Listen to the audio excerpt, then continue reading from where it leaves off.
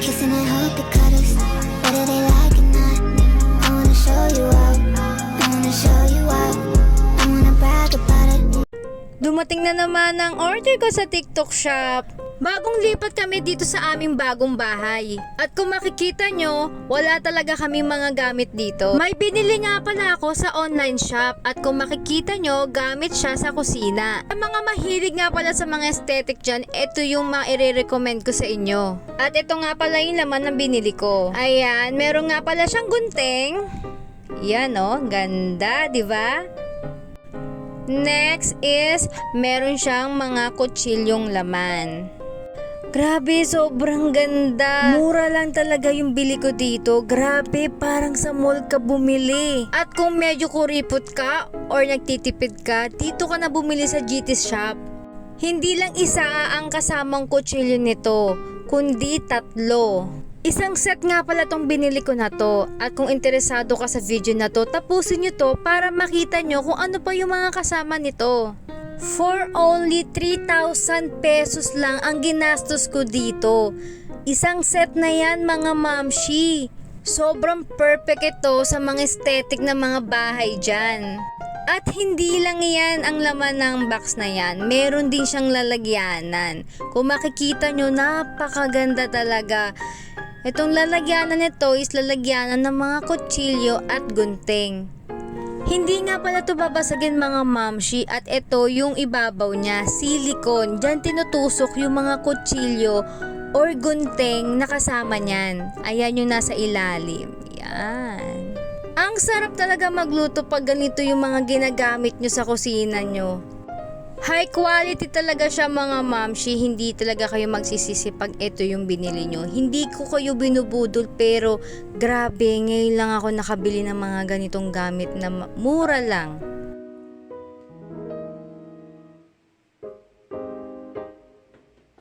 At syempre, papakita ko na sa inyo yung mga kasama niyang mga kawali.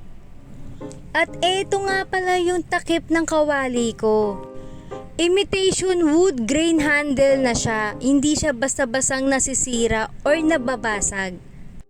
At syempre, ang susunod natin, yung kaserola or casserole na kasama nito. Grabe, ang ganda. Imitation wood grain handle na rin yung hawakan niyan. Excellent non-stick performance and pwede siya kahit sang uri ng mga stoves. Induction cooker, 5 layers protection. Oh, grabe, diba? Induction furnace and halogen furnace. Imitation wood grain din yung handle niya and anti-scald na siya. And next, kung may casserole, syempre may frying pan. Sobrang safe ng pagkapak niya, talagang hindi masisira pagdating sa mga cargo. Oops nga pala, may nakalimutan akong sabihin. 1-year warranty nga pala ito. Grabe, diba? Dito lang ako nakabili ng may 1-year warranty para dito sa mga casserole or frying pan na binili ko. Sa isang set nga pala nito, hindi lang isa yung frying pan na kasama nito. 2 yan, may maliit at may malaki. At may kasama pang sandok or sansi ba tawag dito? Wood nga pala yung pre na yan.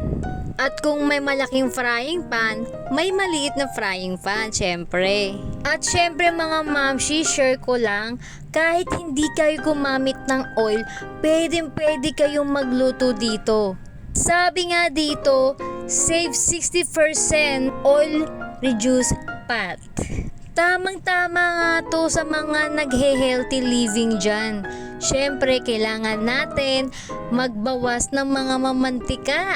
Tulad nga ng sinabi ko, kahit hindi na kayo gumamit ng oil, pwedeng magluto. Oops, grabe, may isa pang free na panghalo or pang sandok dito. Oh, ito na nga pala yung cute na frying pan. Excited na akong gamitin to mga mamshi.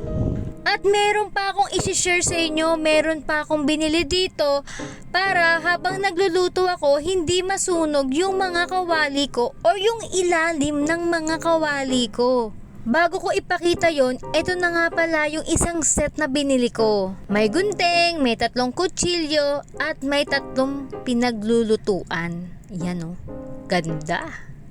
Mananaba na naman si Jeffrey sa akin. Again mga mamshi, yung set na yan is for only 3,000 pesos. At eto na nga pala yung binili ko para hindi masunog yung mga kawali, yung ilalim ng kawali. Ito, may kasama siyang hindi ko alam ang tawag dito. At ito, yung plate. Kung tawagin, plate. Uy, mga mamshi, alam ko yung tawag dyan. Heat conduction plate nga pala to mga mamshi.